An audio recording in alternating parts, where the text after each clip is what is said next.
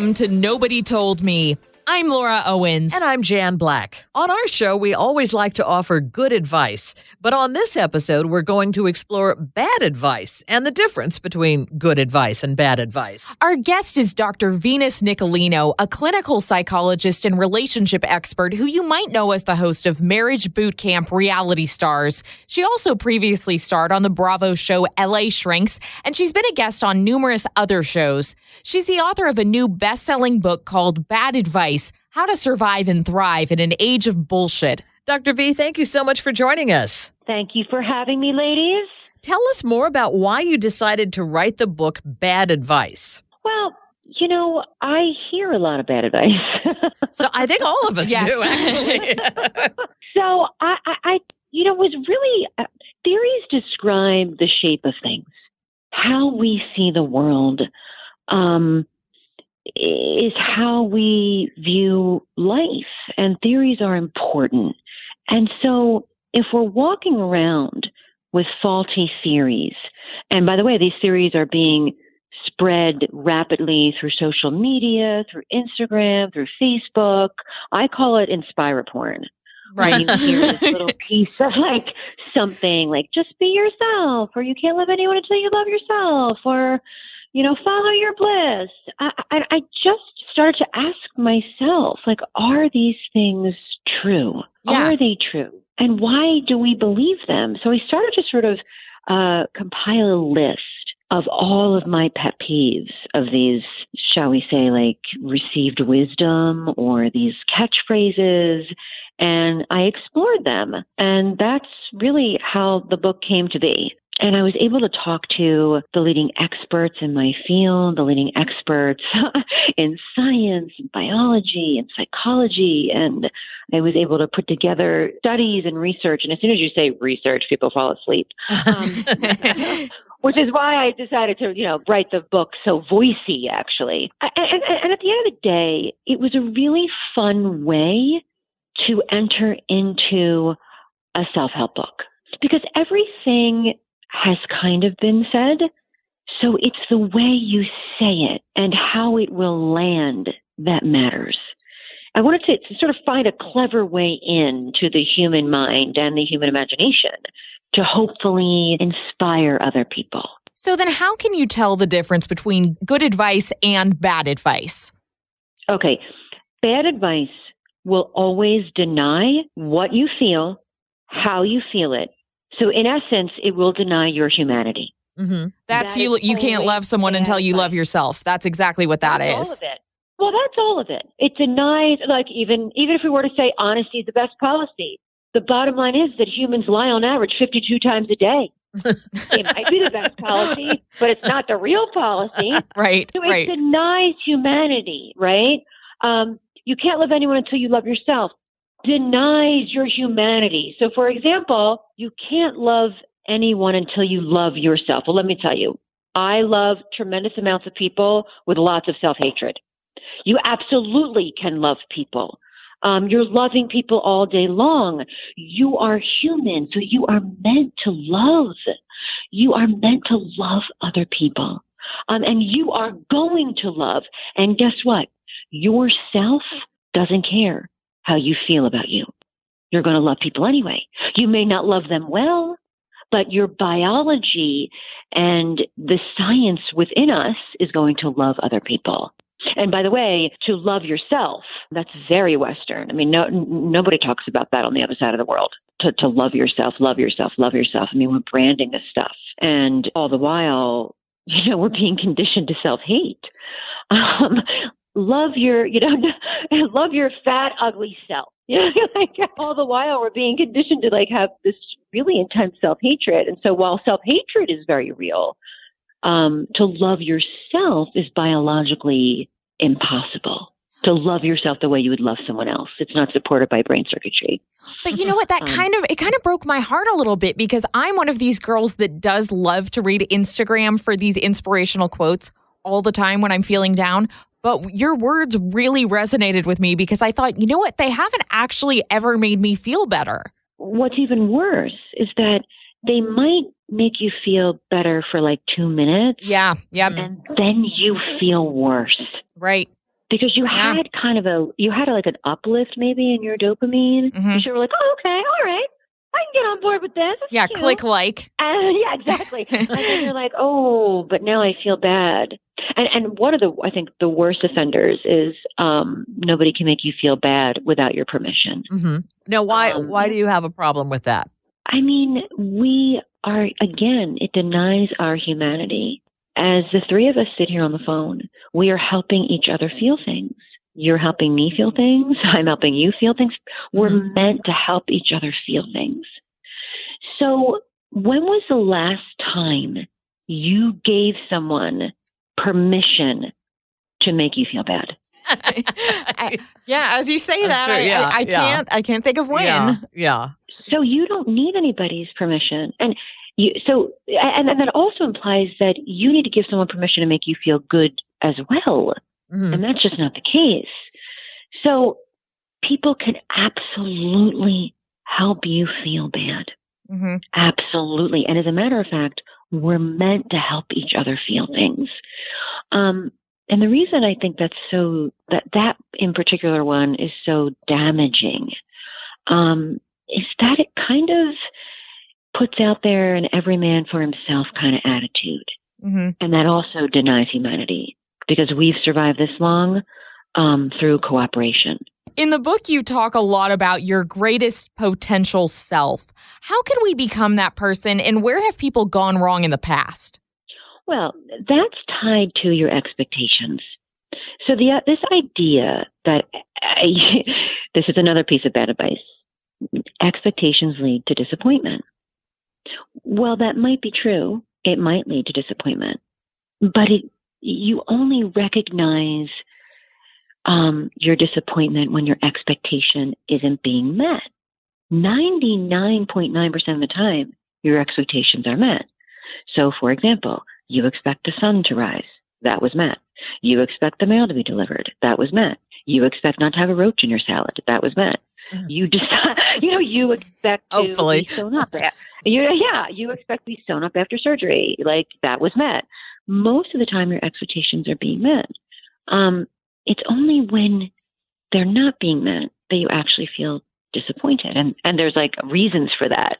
Such as? For example, you will feel a drop in dopamine when your expectation isn't being met. But that is a survival instinct. So we misinterpret our disappointment as something that we can't handle. I mean, we survived the ice age. You can survive disappointment. Trust me. Yeah. So why are expectations important then? Why is it important that your expectations be meaningful and not be poo-pooed by, like, don't have them because you'll be disappointed? Like, why is it important to just get rid of that bad advice? Because your expectations lead to your GPS, your greatest potential self. Mm-hmm. What you expect of yourself, what you expect of others. Because it's not that we can see the world as it is that makes us unique. It's that we can see the world as it isn't. And that is your expectation. And it is that is your greatest potential self. Your ability to see what you want for you. And when we say, like, oh, well, don't expect anything, it'll lead to disappointment. I mean, just talk about the negative Nancy trampling all over your hopes and your dreams. We're so glad you're with us for this Nobody Told Me episode. And we're excited to tell you about one of our sponsors, the Care Of monthly subscription vitamin service that delivers completely personalized vitamin and supplement packs right to your door. Did you know that 90% of us fall short of FDA recommended guidelines for at least one vitamin or nutrient? You can take Care Of's fun online 5-minute quiz to learn what vitamins and supplements you need. Then place your order and your vitamins will get delivered right to your door in personalized, easy to remember daily packs. They're perfect for a busy, on-the-go lifestyle. And we love that Care Of puts honesty first, providing all the research that supports each of their recommendations backed by a scientific advisory board. I took the quiz and it recommended that I take probiotics and fish oil. I took the quiz and it recommended calcium and garlic supplements for me. I ordered them and I was impressed by how quickly they arrived and how personalized the entire process is. So if you'd like to see for yourself, we have a special offer just for Nobody Told Me listeners that we're excited to share with you. For 25% off your first month of personalized Care of vitamins, visit takecareof.com and enter Nobody Told Me at checkout. For 25% off your first month of personalized Care of vitamins, visit takecareof.com and enter Nobody Told Me at checkout. Why is forgiveness so important? It's really hard to forgive and actually move on from a situation when we can't actually have amnesia and truly forget that situation. So I always have felt like in some ways it's a little bit artificial to forgive fully. Well, you just said two different things. So you can forgive someone for crashing your car, but never give them the keys again. So I don't necessarily know if forgive and forget, that might be in my next book, because I think that's a bunch of BS too. Yeah. Because you're not going to forget it. Mm-hmm. But they're two emotionally different vehicles. Forgiving someone and then trusting them again. That takes two different emotional drives. But forgiveness isn't for the other person. The forgiveness is for you. You free yourself when you forgive someone. Has nothing to do with them. But don't you think it's hard for people when they're in a situation where they need to forgive someone? Isn't it hard sometimes, at least, maybe I'm speaking solely for myself here, but it's sometimes hard to realize that forgiving is helping you as opposed to helping the other person? It is hard to realize that, which is why I write about it so frequently in the book. And when you say need to forgive, what exactly do you mean? I mean, you don't need to forgive anybody. I mean, you can hold on to all that, baggage and bad stuff and have it marinate in your brain and in your body forever if you wanted it to. There's no need, but you'll feel better if you don't. So it's more like a choice, I suppose. What's wrong with another of the phrases that you don't care for? Live each day like it's your last. What's wrong with that in terms of advice? Oh my God. Well, if you were living each day as if it were your last, how would you be living it, Jan? Well, that's a good question. I honestly, I never really thought of it. I think, hoped that it wouldn't be my last. So I thought that maybe I could put that off until another day. Right. But imagine if it were, how would you be living it? Because I'll tell you how I'd be living mine. Okay. I would be eating, crying, or having sex, or all three at once. That sounds like a good use of time to me. Yeah, Right? pack in a lot of stuff, huh? I mean, like, if that were my last day, if I were living every day like that, I would be getting nothing done. Yeah. And you'd be in bad shape too. Exactly. It's like the worst advice ever. Right. Ever. Live each day like it's your last. I mean, that is one of my pet peeves as well. But I think that if you live each day like it's your own, it is your own. That this is my day to do what I want with. It becomes something different. You have choices. I think living each day like it's your last leaves out some choices. Like, holy shit, this is going to be my last day alive. I mean, can you imagine? Yeah. Right. So, right. Yep. Right. As a young woman who is single and living in a very modern world, I thought that your take on monogamous relationships was pretty interesting. What expectations do you think that I should have for a new relationship? Well, what expectations do you have? I guess that I just hope that I will meet somebody who wants to be married and have children and be faithful to me for a long time. Like forever. Like forever, yes. I think forever sounds better than a long time. For better or worse. Yeah. I believe that is a good expectation. I mean, that's a healthy one. Do you think that's reasonable, though, with a lot of people in my age range, that they're looking for that? Because maybe it's just out here in San Francisco. You seem to have a lot of people who are in their 20s like me who do not have the same desire to settle down and get married that you see in other parts of the country. Yeah. Those city people will get you every time. Right? Well, it's true. I mean, I think that you're focusing, on your career right now. 20s can be a turbulent time. And I do believe in the idea of coupling. And I do believe that you're able to find your person, shall we say.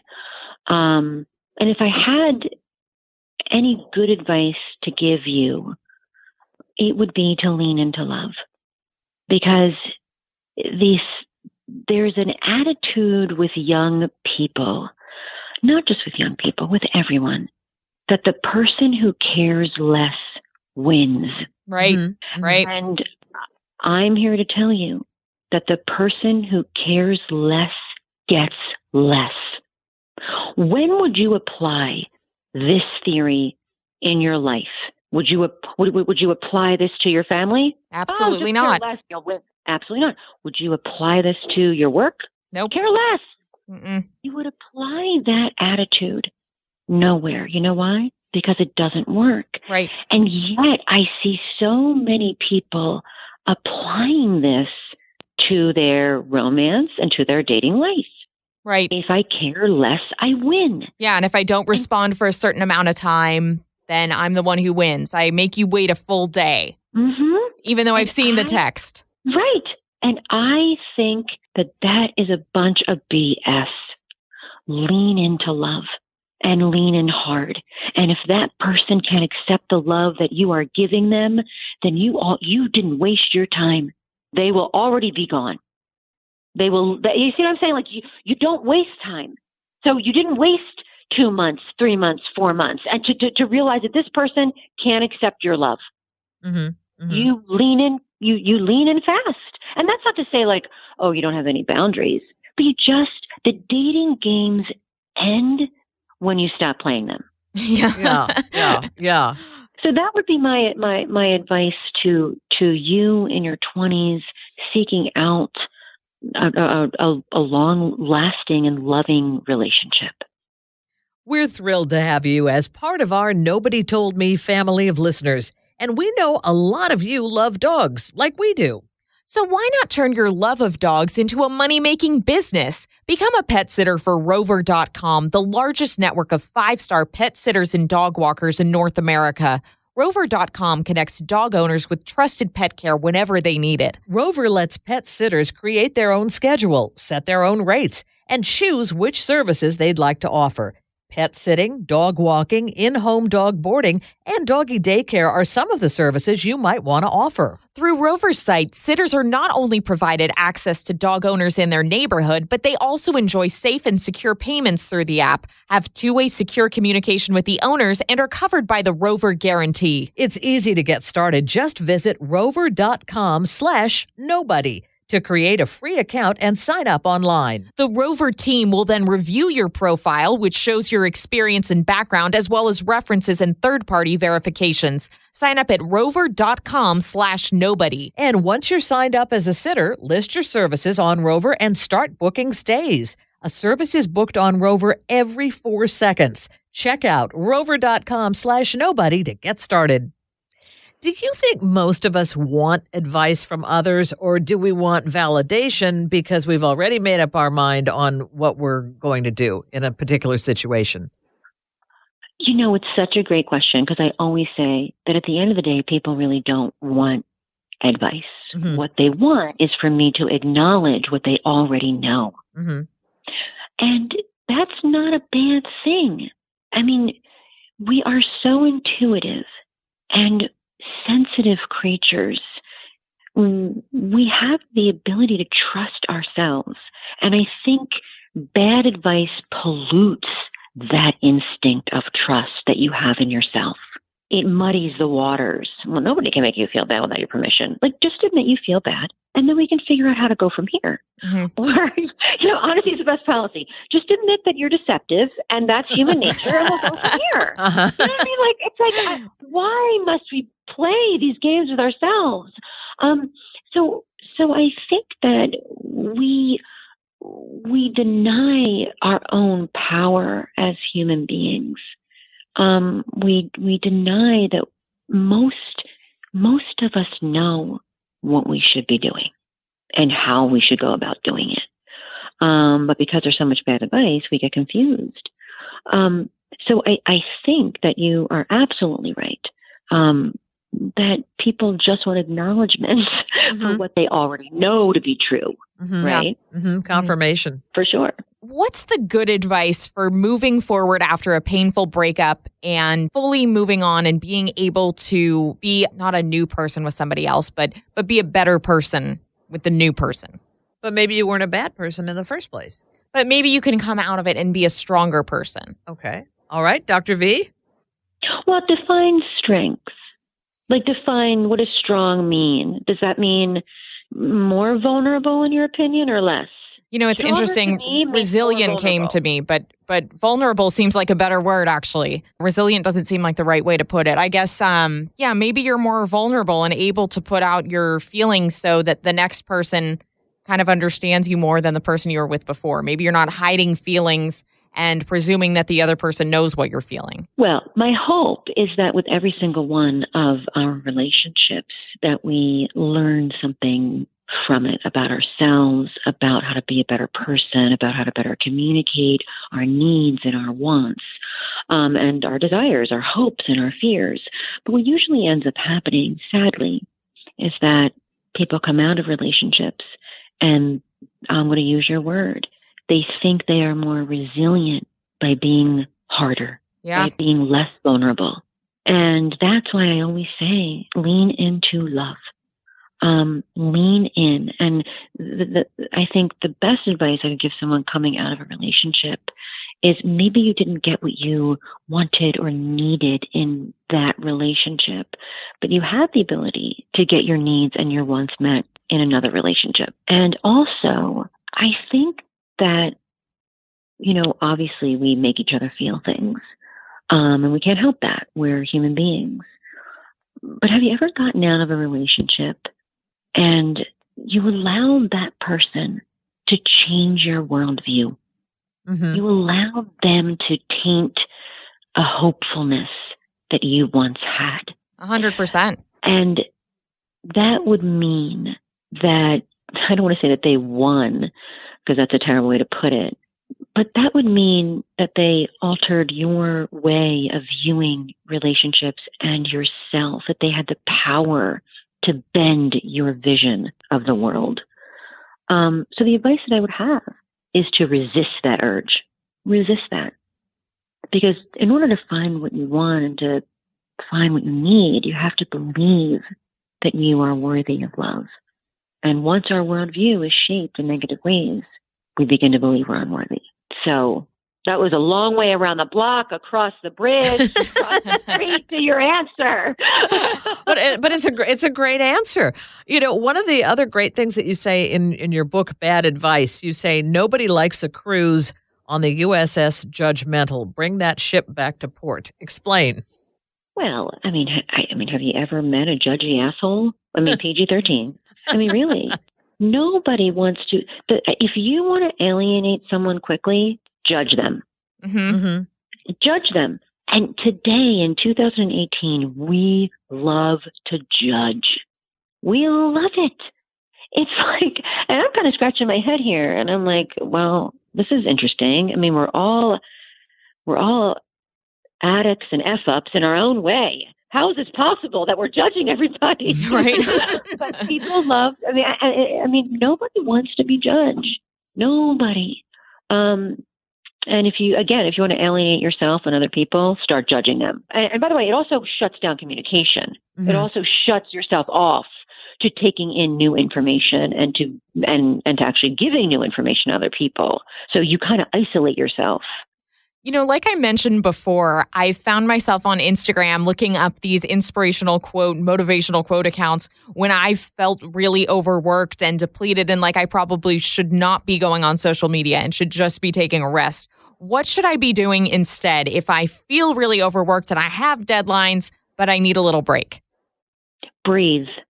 breathe. We underestimate the value of our own breath. We underestimate the value of silence for just 3 minutes. Turn off your phone. Turn off the world. You have the ability to do that for just 3 minutes and concentrate on your breath. And I promise you, you will come out differently. Yeah, I mean, I think that's a much better use of my time than going on Instagram for 3 more minutes. I was thinking that it's hard. Instagram is a funny place. I don't know about you, but I have found myself like in Instagram holes. Mm-hmm. Well, I'll just go down deep, dark holes of Instagram. Right? No, I know. I feel the same way. So you have to beat yourself to the punch. Right. You have to cope with the urge first because you're never going to get yourself out of that hole. Right. Once you're down. So, sometimes it's better just to log out. Yeah, have a plan for yourself. Yeah, have a backup plan. Dr. V, since your book is called Bad Advice, I'm wondering how we can tell if we're giving someone bad advice. Well, if you're denying their humanity and how they feel, you're giving them bad advice. If they've just broken up with somebody and you say, "Oh, it's okay, you'll move on to somebody else. It's okay, tomorrow's another day," all those other kinds of things. Well, that might be true. But I mean, all that might be true. But in that moment, maybe the person doesn't want to have their pain swept away. Sometimes we need to lean into a little bit of pain in order to get over it. Mm-hmm. And just be listening too. People want to hear that. And just be listening and be empathizing with each other's pain. And look, our instinct for one another, and it's not a bad one, is we want to ease pain. And, particularly, mother and daughter, like, Jen, your first instinct is to ease your daughter's pain, right? Oh, sure. Yeah, of course. That's like your first, and you will do whatever you need to do, whatever you need to say to ease her pain. And that is a natural and good instinct. But what ends up happening in some situations, and not all, while we're easing pain, we're not learning how to actually deal with that pain. Mm-hmm. Or learning how to cope, or learning how to get through it. So we say things like, it's going to be okay. You're going to find somebody else, and blah, blah, blah, blah, blah. And I think as parents, I have children myself, and I think as parents, we never get out of toddler phase of easing their pain. Mm-hmm. Like, you know what I mean? Like my 2.5-year-old will fall. It's going to be okay. I'll give her a big hug. I'll rock her back and forth. You are fine. Bad, I'll go over and smack or kick the ground where she fell. Bad ground. Just to let her know I'm on her side. Yeah. You stupid ground. How dare you trip my baby? But at the same time, I have a 10 and 12-year-old boys. And I recently found myself easing his pain in a similar way. And that is not what he needed. He needed me to just sit with him and sit with his feelings.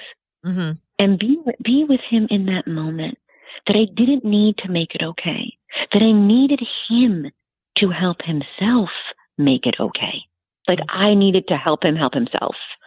Because as parents, our first instinct is we want to take all that pain away. Yeah.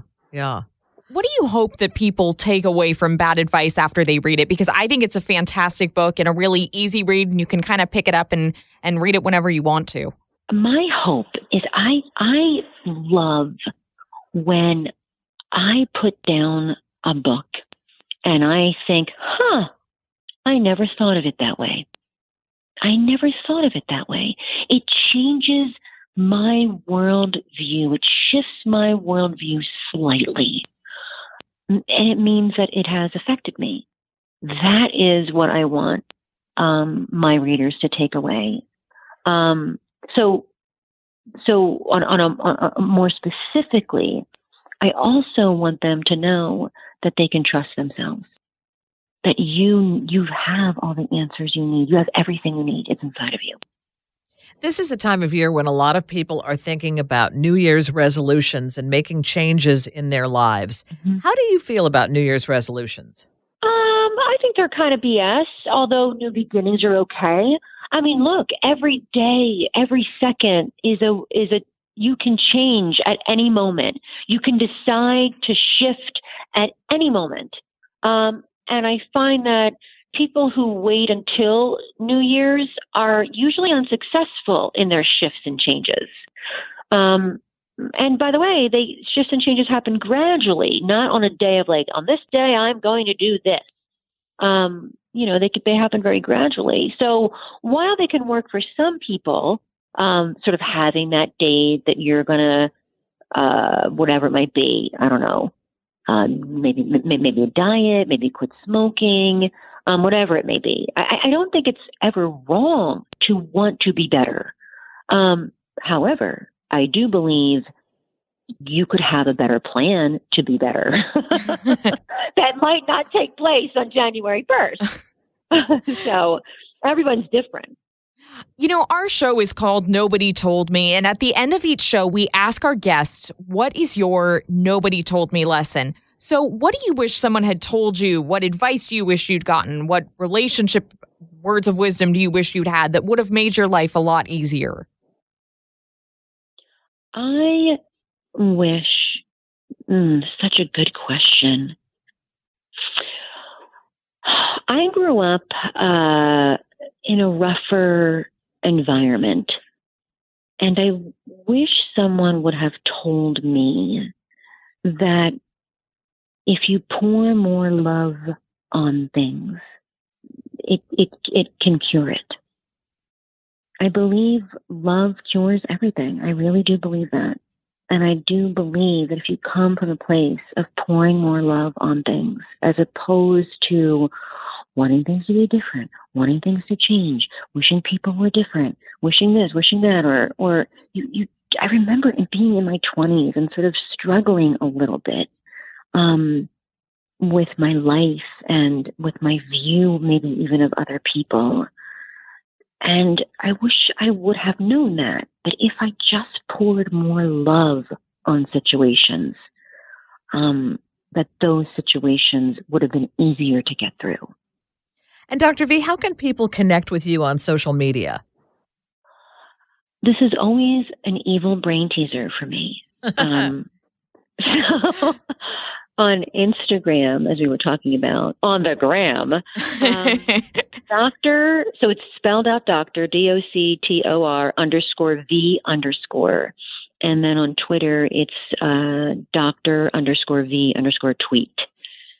Well, thank you so much. Our thanks to our guest, clinical psychologist Dr. Venus Nicolino, whose new book is called Bad Advice, How to Survive and Thrive in an Age of Bullshit. And her website is talk2, and that's the number 2, drv.com. I'm Laura Owens. And I'm Jan Black. And you're listening to Nobody Told Me. Thanks so much for joining us.